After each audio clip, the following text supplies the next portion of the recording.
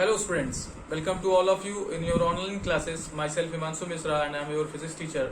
Students, we have started the second unit of class 12 standard physics and which is electric potential and capacitance in just last video. हमने एक video इस chapter का किया, ये second video होने वाला है, तो आप पहले इस वीडियो को अगर देख रहे हैं तो पहले आप चैप्टर 2 का पहला वीडियो देख लीजिए, तब आपको बातें समझ में आएगी। इस वीडियो के पहले हम लोगों ने बात किया था इलेक्ट्रिक पोटेंशियल क्या होता है और उसकी डेफिनेशन वगैरह को समझा था, यूनिट को समझा था, डायमेंशन को समझा था, यानी जो बेसिक बातें हैं वो हम लोगों ने इलेक्ट्रिक पोटेंशियल के रिगार्डिंग हम लोगों ने लास्ट वीडियो में कर ली है। आज हम लोग एक इम्पोर्टेंट फॉर्मूले का डेरिवेशन करने जा रहे हैं, electric potential due to a point charge, यानी किसी पॉइंट चार्ज की वजह से किसी पॉइंट पर इलेक्ट्रिक पोटेंशियल की क्या वैल्यू होगी, हम उसको देखेंगे। तो चलिए क्या डिराइव करने वाले हैं, electric potential due to electric potential at a point due to point charge, due to a point charge. इसको केयरफुली करना है क्योंकि इसका डेरिवेशन आपको एग्जाम में करने को मिल सकता है।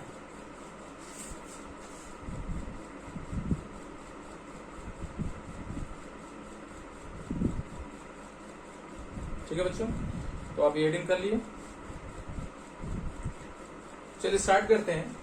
अब इसके लिए हम लोग क्या करते हैं बेटे, एक चार्ज लेते हैं, एक चार्ज ले लेते हैं Q, ठीक है, Q चार्ज ले लेते हैं और फिर हम देखते हैं कि इसका कुछ एक फील्ड होगा। भाई हम लोगों ने इलेक्ट्रिक फील्ड के बारे में पढ़ा, तो ये जाना कि हर एक चार्ज का क्या होता है, कुछ फील्ड होगा। तो इस चार्ज का अपना एक फील्ड होगा जिसमें हम क्या करेंगे, कोई दूसरा चार्ज ले आएंगे, तो चार्ज को ले आने में जो work done per unit charge होगा वो किसी पॉइंट के लिए इलेक्ट्रिक पोटेंशियल डिफाइन होता है। तो हम इसी प्रोसीडिंग में इलेक्ट्रिक पोटेंशियल का क्या करेंगे, एक्सप्रेशन निकालेंगे। ये किस तरीके से इसका कॉन्सेप्ट है ये पहले वीडियो में बताया जा चुका है। तो हम लोगों ने क्या किया, एक चार्ज को इन्फिनिटी से, बहुत दूर से क्या कर रहे हैं, इन्फिनिटी मतलब बहुत दूर। अगर कोई चार्ज क्या है, इस चार्ज के आउट ऑफ रीच है, यानी इसके फील्ड से बाहर है, तो वो क्या बोला जाएगा, charge and infinity. For example जैसे मान लीजिए ये फील्ड का ये आखिरी हिस्सा है और आपका कोई चार्ज यहाँ पर है, तो ये फील्ड से बाहर है, इस वजह से इसको इन्फिनिटी पर बोला जा सकता है। तो उसी तरीके से हम एक चार्ज को इन्फिनिटी से ले आकर इसके फील्ड में रख रहे हैं, ठीक है। तो हमने क्या किया, यहाँ पर ले आके रख दिया, ठीक है। उसके बाद क्या करेंगे, फिर हम यहाँ से इसको स्मॉल dx डिस्प्लेसमेंट से क्या करेंगे, डिस्प्लेस करेंगे और कैलकुलेट करेंगे कि इस पर कितना वर्क करना पड़ेगा। क्यों, क्योंकि जब ये फील्ड में आ जाएगा बेटे, तब ये क्या करेगा, इस चार्ज पर फोर्स लगाएगा। फील्ड का डेफिनेशन ही यही था कि चार्ज के अराउंड एक ऐसा रीजन जिसमें वो दूसरे चार्ज पर फोर्स लगाए, तब ये चार्ज इस चार्ज पर क्या करेगा, फोर्स लगाना चालू कर देगा। अब जब फोर्स लगाना चालू कर देगा, अगर दोनों मान लीजिए सिमिलर चार्जेस हैं, पॉजिटिव चार्जेस सपोज किया जा रहा है, तो इनके बीच में क्या होगा, रिपल्सिव फोर्स होगा। लेकिन इसके अगेंस्ट में, इसके विरोध में बेटे हम लोग क्या करते हैं, एक वर्क डन करके यहाँ पर ले आते हैं, dx डिस्प्लेसमेंट करते हैं। dx यहाँ पे आप समझ में आएगा कि dx डिस्प्लेसमेंट किए और ले आके इस पॉइंट पर हम लोगों ने क्या किया, रखा, तो हमें कुछ वर्क डन करना पड़ा। तो ऐसे ही सारे पॉइंट्स पे जो छोटे छोटे वर्क डन होंगे हम कैलकुलेट कर लेंगे और कैलकुलेट कर लेंगे यहाँ तक। कोई एक पॉइंट हमने सिलेक्ट किया होगा, करेंगे, अभी हम इसको बताएंगे। r डिस्टेंस पर एक पॉइंट आएगा जिस पर हमें इलेक्ट्रिक पोटेंशियल निकालना होगा। तो इन्फिनिटी से बेटे इस पॉइंट तक चार्ज को ले आने में जो work done per unit charge होगा, मतलब जैसे मान लीजिए 5 कूलम चार्ज आप ले आ रहे हो और वर्क डन मान लीजिए 20 जूल हो रहा है, तो आप क्या कर रहे हो, 20/5 जूल जो आप कैलकुलेट 20 जूल अपॉन 5 करोगे तो आपको 1 यूनिट चार्ज ले आने में वर्क डन पता लगेगा इस पॉइंट पर, और बेटे वही आपका क्या होगा, इलेक्ट्रिक पोटेंशियल होगा। अच्छा, एक बात। दूसरी बात, इसमें जो चार्ज का हम क्या करेंगे, डिस्प्लेसमेंट करेंगे, यानी यहां से यहां ले आके रखेंगे, वो नॉन एक्सीलरेटेड मोशन होगा। नॉन एक्सीलरेटेड मोशन कहने का मतलब कि उसमें या वेलोसिटी चेंज नहीं होगी, या यूं कहें कि नेट फोर्स 0 रहेगा, ठीक है। नेट फोर्स क्या रहेगा, 0 रहेगा। चलिए करते हैं। तो सारी बातें पहले इसको हम लोग लिख लें कि किस तरीके से हमारा हम क्या लेट कर रहे हैं और क्या हम फाइंड करेंगे, सारी बातें हमें पहले लिख लेना चाहिए। तो let we have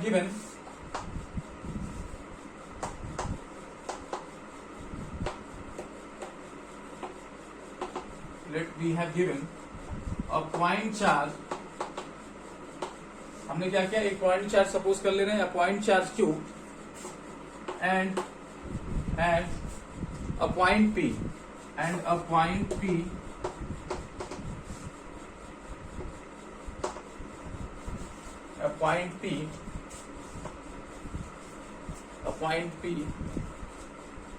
having distance smaller.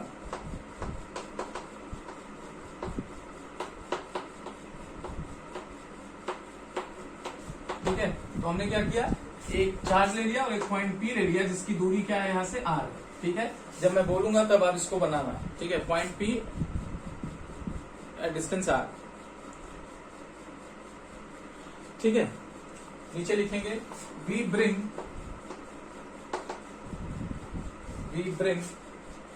a positive charge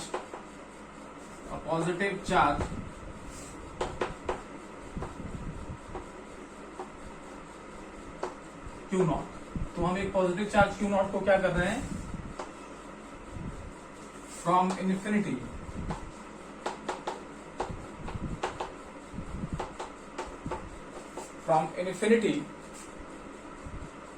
to point P, from infinity to point P। तो इन्फिनिटी से पॉइंट P की तरफ क्या कर रहे हैं, इसको बेटे ले आ रहे हैं। ठीक है, इसको आप लिख लीजिए, फिर मैं ऊपर मिटा रहा हूं।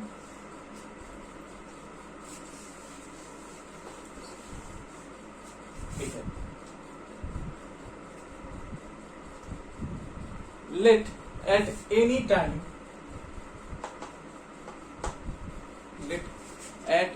time t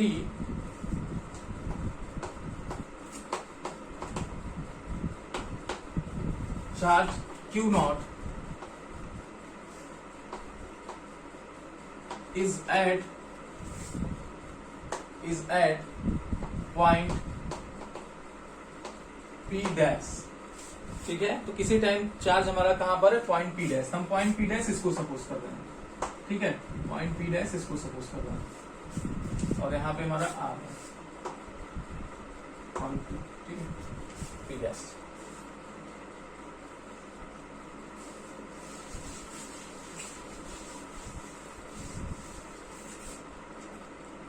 ओके बेटे, अब हम इसको, इस पॉइंट को A सपोज कर ले रहे हैं, तो A से P डैश की दूरी x सपोज कर रहे हैं। कितना, x। Let A P dash is equal to x। ये हम क्या कर रहे हैं, लेट कर ले रहे हैं। ठीक है, कुछ कारण के लिए हम इसे क्या कर ले रहे हैं, x सपोज कर ले रहे हैं। चलिए, अगर हम इसको यहां से यहां तक की दूरी को x सपोज कर ले रहे हैं और चार्ज हमें चार्जेस पता है Q और Q नॉट और दूरी पता है उनके बीच का, तो हम क्या निकाल सकते हैं, फोर्स निकाल सकते हैं कूलम्स के लॉ से, 1/4πε0 Q1 Q2 R स्क्वायर। तो यहाँ पर Q है और यहाँ पे Q नॉट है, दूरी x स्क्वायर है। तो आप लिखेंगे then electric force between them. उनके बीच में इलेक्ट्रिक फोर्स कितना होगा बेटे,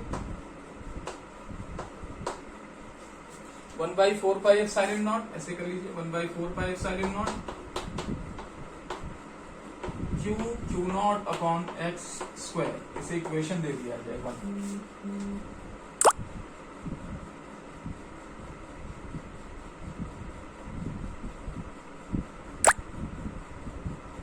चलिए, हमने जान लिया कि इनके बीच में फोर्स कितना है। अब देखिए, एक तो इनके बीच में फोर्स है और दूसरा हम क्या कर रहे हैं, ये चार्जेस के बीच का अपना फोर्स। जैसे अगर दो मैग्नेट है तो हम क्या करते हैं, अगर एक मान लीजिए दो मैग्नेट हम ले आ रहे हैं तो उनके बीच में रिपल्सन है, तो बावजूद इसके हम उसको क्या करते हैं, पास में ले आते हैं ना। कैसे, एक्स्ट्रा वर्क डन हम करते हैं। उसी तरीके से इन दोनों चार्जेस के बीच में रिपल्सिव फोर्स है बेटे, लेकिन हम इसको क्या कर रहे हैं, डिस्प्लेस कर दे रहे हैं dx डिस्टेंस से P डैश पे ले आकर रख रहे हैं। लेकिन इसमें हम एक फोर्स लगा रहे हैं, एक हम इसमें फोर्स लगा रहे हैं जिसको हम F एक्सटर्नल फोर्स बोल रहे हैं, जो बाहर से फोर्स लग रही है। तो वो फोर्स आपकी F एक्सटर्नल फोर्स है। ठीक है, तो ये F एक्सटर्नल फोर्स इस रिपल्सन के बावजूद, जो आप क्या करते हैं, मैग्नेट के रिपल्सन के बावजूद आप फोर्स लगा के उसे टच करा देते हैं, वैसे ही इस रिपल्सन जो यहाँ पर F लग रहा है, इस रिपल्सन के बावजूद बाय डियर स्टूडेंट्स हम क्या करते हैं, इसको यहां से यहां ले आके रख देते हैं ना। तो एक्सटर्नल फोर्स को क्या करना पड़ेगा, कुछ work done against the Columbian force, coulomb force के अगेंस्ट में क्या करना पड़ेगा, वर्क करना पड़ेगा। समझ में आ रहा है ना, बिल्कुल आ रहा है। अब लिखेंगे if Q not is displaced by dx, ठीक है, from P dash to P double dash by F external मतलब जो बाहर से फोर्स लगाया है। देन वर्क डन का फॉर्मूला आप क्लास 11th में पढ़े होंगे, F डॉट ds पढ़ेंगे हैं कि नहीं? अब बताइए, हम फोर्स F एक्सटर्नल इधर की तरफ ले आ रहे हैं और dx भी इधर की तरफ, यानी F भी इधर की तरफ है और dx भी इधर की तरफ है, तो दोनों के बीच में एंगल कितना हो जाएगा? 0 हो जाएगा।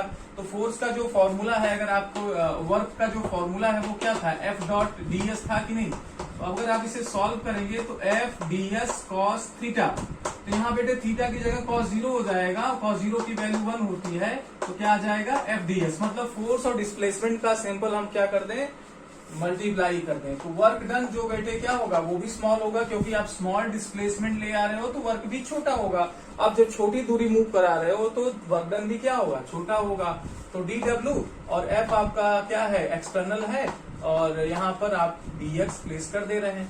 F एक्सटर्नल dx, यहाँ पे आप लिख दीजिएगा कि थीटा इज इक्वल टू 0। इसे इक्वेशन क्या कर दिया जाए? 2 कर दिया जाए। हाँ, ये डायग्राम में दिखा देना, आप दिखा देना ताकि टीचर को पता लगे कि हाँ आपने काम सही किया है, आपको पता है। इस इक्वेशंस को प्रॉपरली लिखते चलिए। हम अभी जब हम क्या करेंगे, जरूरत होगी तो हम प्रोनाउंसिएट करके लिखेंगे। तो इस तरीके से हम अगर छोटे से वर्क डन को कैलकुलेट कर लिए, तो हम ऐसे सारे छोटे छोटे पार्ट्स को क्या कर ले? कैलकुलेट कर लें और ऐड कर लें। मतलब यहां से यहां तक हर एक छोटे पार्ट को, हर एक छोटे डिस्प्लेसमेंट के वर्क डन को कैलकुलेट करके और क्या कर दें? ऐड कर दें, तो हमें टोटल वर्क डन पता लग जाएगा यहां से यहां तक आने में। यही प्रोसेस इस्तेमाल करेंगे, और इस प्रोसेस को माय डियर स्टूडेंट बोलते हैं इंटीग्रेशन। तो हम क्या करेंगे? इंटीग्रेशन प्रोसेस करेंगे यहाँ पे, ठीक है। देन ऐसे करेंगे, so total work done by force F external to displace Q nought from infinity to point P। तो इन्फिनिटी से बेटे, इन्फिनिटी से P तक लाने में वर्क डन कितना हो जाएगा? उसके लिए हमें क्या करना होगा? इंटीग्रेशन करना पड़ेगा। किसका? dw का, ठीक है। और कहां से कहां तक? इन्फिनिटी से r तक। क्यों? क्योंकि हम शुरुआत इन्फिनिटी से किए और आ रहे हैं कहां तक? r डिस्टेंस तक आ रहे हैं, है ना। तो इसका इंटीग्रेशन यहां से यहां तक होगा। अब dw की जो वैल्यू है बेटे रख दिया जाए, putting the value of dw।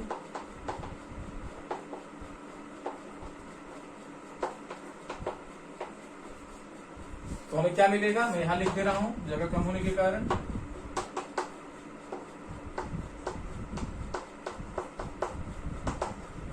इसे बेटे इक्वेशन 3 कर दिया जाए। अब आप वीडियो को पॉज कर लीजिए और इसको लिख लीजिए, क्योंकि मैं इसको पूरा मिटा देने वाला हूं, वहां पर खाली चीजें छोड़ूंगा।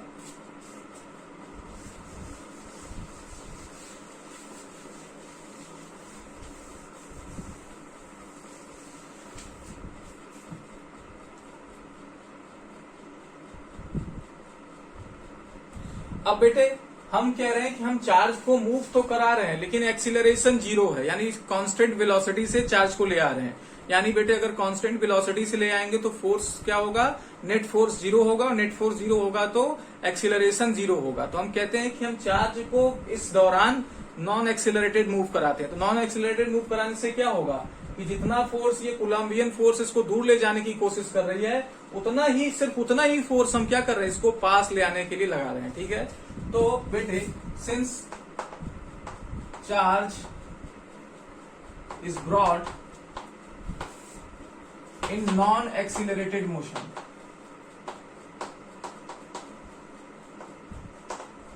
चार्ज को नॉन एक्सीलरेटेड मोशन में लाया गया है। सो माय डियर स्टूडेंट्स, क्या होने वाला है? ये फोर्स इसके क्या हो जाएगा? इक्वल हो जाएगा, लेकिन चूंकि डायरेक्शन अपोजिट है, इस वजह से एक माइनस साइन आएगा। तो एफ एक्सटर्नल जो होगा वो माइनस ऑफ एफ के होगा।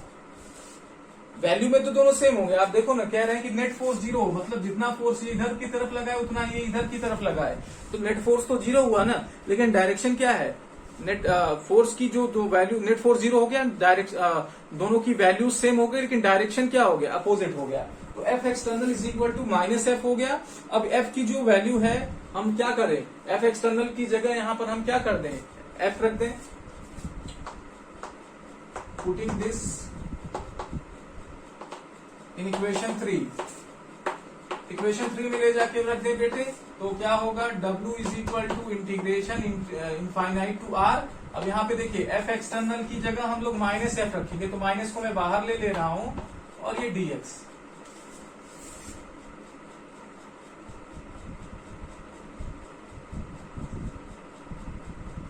ठीक है।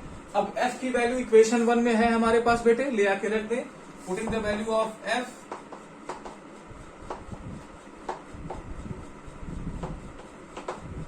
From equation 1। ये ऐसा लिखना जरूरी है ताकि एग्जामिनर को पता लगे आपने किस इक्वेशन से वैल्यू कहां पे ले आके रखी है। ठीक है, तो आपको क्लियर रहेगा। ठीक है बेटे, एक बार इसको फिर से आप क्या करिए, स्क्रीनशॉट लेके पूरी चीजें लिख लीजिए, तो मैं मिटा दूंगा। ठीक है,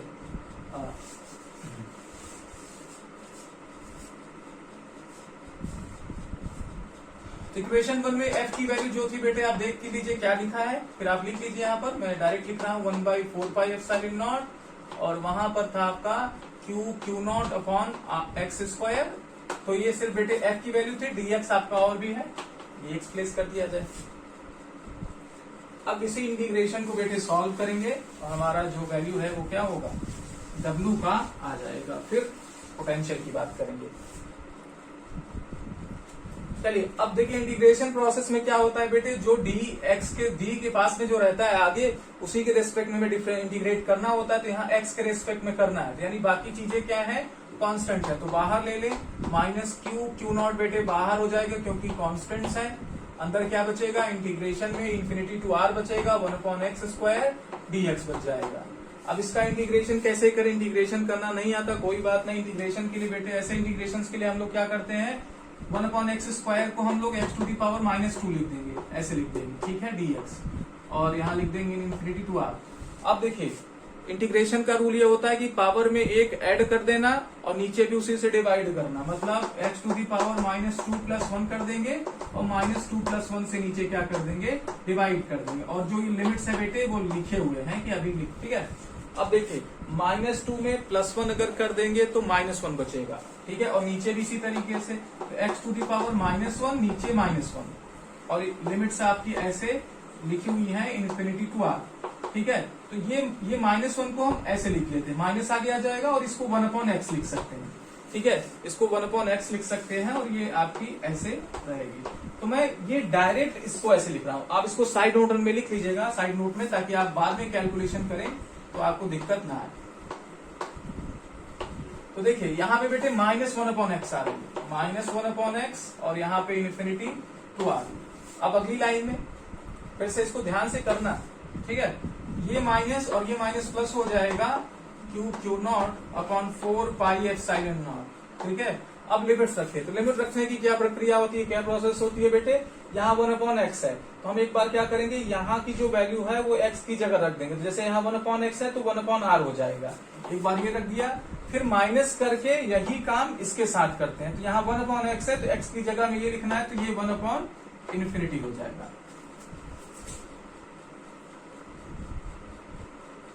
ठीक,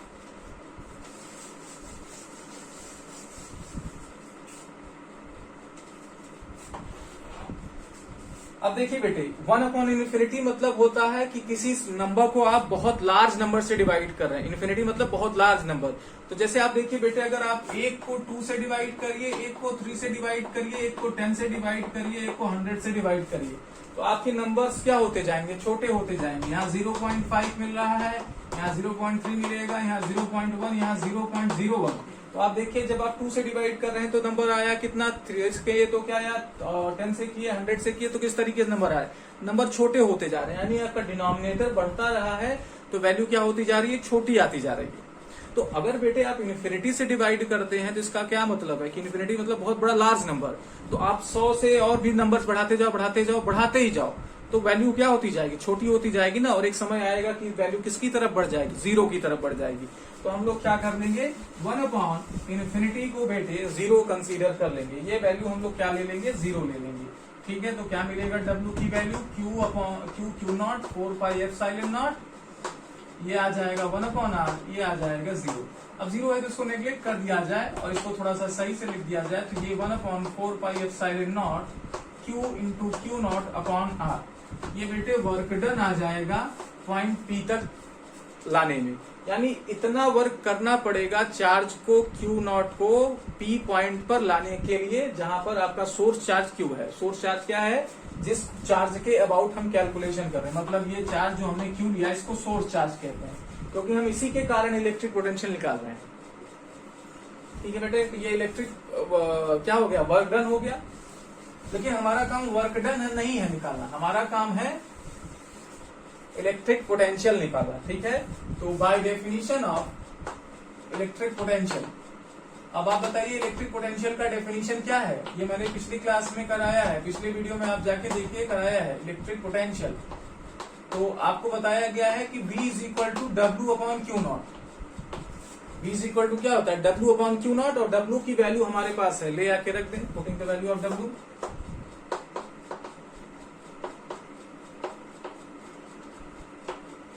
क्या मिलने वाला है, 1/4πε0 Q0 अपॉन R, ये तो सिर्फ W की वैल्यू है, नीचे आपका Q0 है बेटे, Q0 है, तो ये Q0 बेटे इस Q0 को कैंसिल कर देगा, जो वैल्यू बच रही है वही रख दीजिए सिर्फ।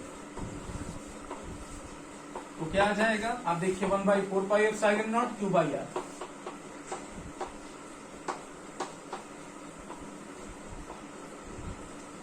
बेटे यही हमारी क्या है, एक्सप्रेशन है जो हम निकालने की क्या कर रहे थे,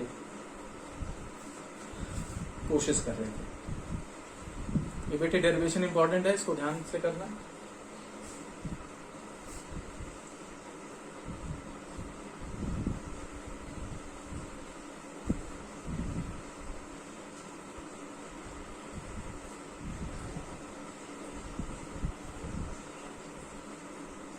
चलिए, तो ये आ गया आपका क्या, इलेक्ट्रिक पोटेंशियल का एक्सप्रेशन। इसी को डिराइव करने की कोशिश कर रहे थे हम लोग, एग्जाम में पूछा भी जाता है, इससे क्वेश्चंस बनते हैं बेटे।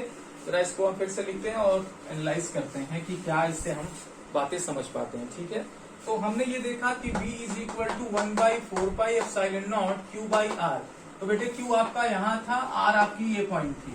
इसमें देखिए क्या क्या वैल्यू है, 1/4πε0 Q/R।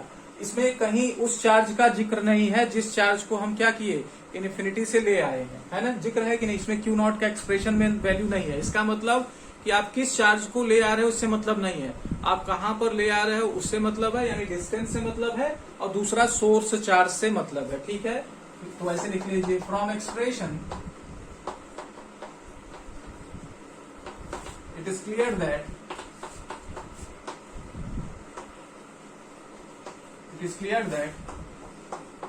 electric potential depends on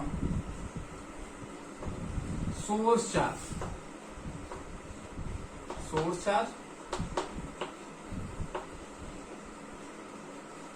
and distance from it। ठीक है, तो ये दो बातों पर डिपेंड करता है।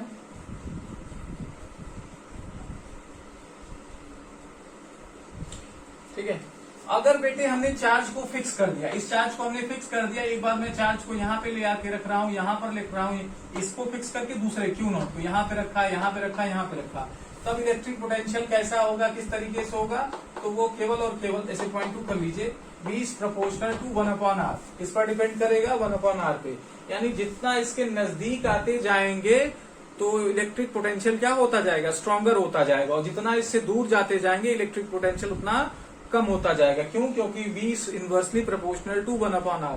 R के बढ़ने पर V क्या होगा, डिक्रीज करेगा, और R के घटने पर V क्या होगा, इंक्रीज करेगा। ठीक है, तो इसका ग्राफ बना लेते हैं। ग्राफ बेटे ऐसे ग्राफ जो आते हैं उसको बोलते हैं रेक्टेंगुलर हाइपरबोला। क्या बोलते हैं? Rectangular hyperbola. V versus R graph.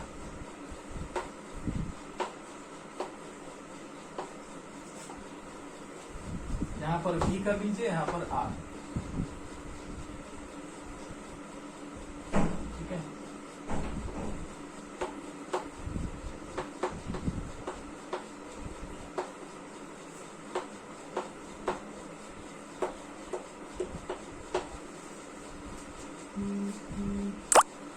ये ग्राफ आपका रेक्टेंगुलर हाइपरबोला के नाम से जाना जाता है।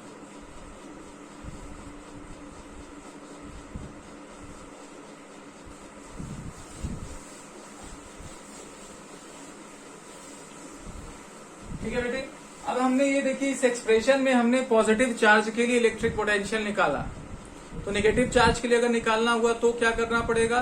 तो बेटे आप जान लीजिए, अगर प्लस चार्ज है तो V इज इक्वल टू हम लोग 1/4πε0 में जो चार्ज Q/R रखते हैं उसको प्लस रखते हैं, और माइनस चार्ज के लिए माइनस चार्ज रखते हैं, माइनस Q रखते हैं ना।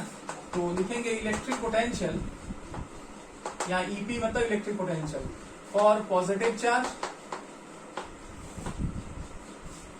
क्या लिखेंगे? 1/4πε0 प्लस Q/R। और electric potential for negative charge, अगर यही बेटे हम लोग नेगेटिव चार्ज लेते तो क्या होता? तो हमारा ये 1/4πε0 यहाँ पे माइनस Q/R, यानी जिस तरीके से चार्ज रहेगा, प्लस रहेगा तो प्लस के साथ वैल्यू रखेंगे, माइनस रहेगा तो माइनस के साथ वैल्यू रख देंगे, तो हमें प्लस या माइनस चार्ज की वजह से इलेक्ट्रिक पोटेंशियल का क्या मिल जाएगा? फॉर्मूला मिल जाएगा। ठीक है, याद रखिएगा। यहाँ पे चार्ज। चलिए एक इंपॉर्टेंट और पार्ट कर लें।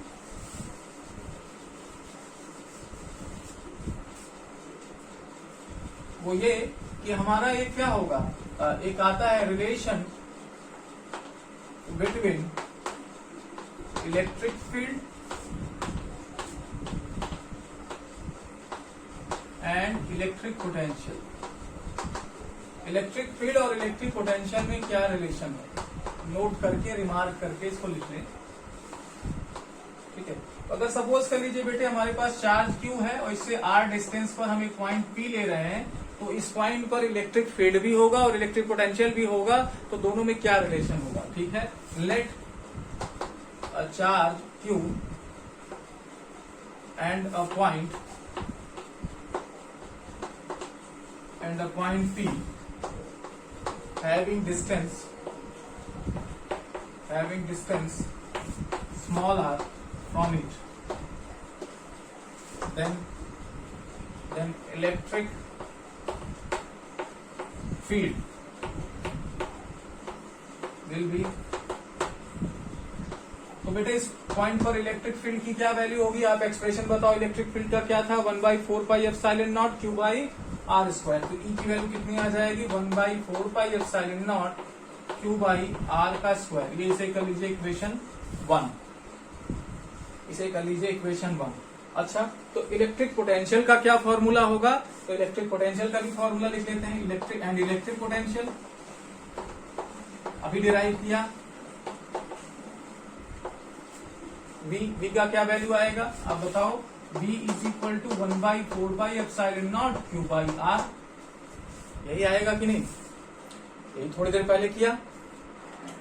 अब बेटे हम क्या कर देंगे, V और E में रिलेशन निकालना चाह रहे हैं। देखिए फर्क क्या है, 1/4πε0 दोनों में है, Q दोनों में है, यहाँ R² है और यहाँ R है, एक ही फर्क है। तो हम इसका क्या करेंगे, कुछ रिलेशन निकालने की कोशिश करेंगे।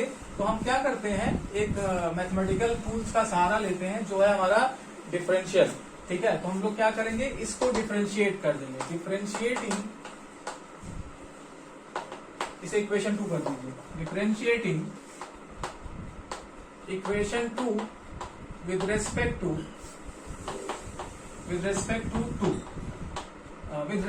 R। ठीक है, 2 को R के रेस्पेक्ट में क्या कर रहे हैं बेटे, डिफरेंशिएट कर दे रहे हैं। तो dV/dr इसको इस तरीके से लिखा जाता है। तो दोनों तरफ dV/dr लिख दिया, 1/4πε0 Q/R। अब डिफरेंशिएट देखिए, राइट साइड में dV/dr तो रहेगा, आइए देखते हैं इधर क्या होगा। राइट साइड में जब ये अंदर जाएगा तो बेटे 1/4πε0 कांस्टेंट है, चार्ज आपका कांस्टेंट है, ये डिफरेंशिएट नहीं होगा, डिफरेंशिएट केवल और केवल 1/r होगा। तो q/4πε0 तो बाहर आ जाएगा और ये d/dr क्या बचेगा यहाँ पे 1/r। 1/r का डिफरेंशिएशन कैसे करेंगे बेटे? डिफरेंशिएशन करने के लिए r के जो वैल्यू है उसको ऊपर ले लीजिए, यानी r पावर -1 होगा। और डिफरेंशिएशन क्या रूल क्या होता है कि पावर को आगे करके पावर में एक कम कर देते हैं। तो पावर एक आपका -1 है और जब यहाँ पे माइनस कम कर देंगे तो -2 हो जाएगा। तो इसका डिफरेंशिएशन कितना आ जाएगा बेटे? -1/r²। तो इसका डिफरेंशिएशन आपका आ जाएगा -q/4πε0 1/r²। 1/r²। इसको फिर से थोड़ा सा सेट कर दे रहे हैं। E = dv/dr -1/4πε0 q/r²। ठीक है। अब जरा इक्वेशन 2 को देखिए, इक्वेशन 1 को देखिए। इक्वेशन 1 में जब इलेक्ट्रिक पोटेंशियल का आपने इलेक्ट्रिक फील्ड का जो फॉर्मूला लिखा है उसमें क्या लिखा है? ई का जो वैल्यू लिखा है वो यही तो लिखा है 1/4πε0 q/r²।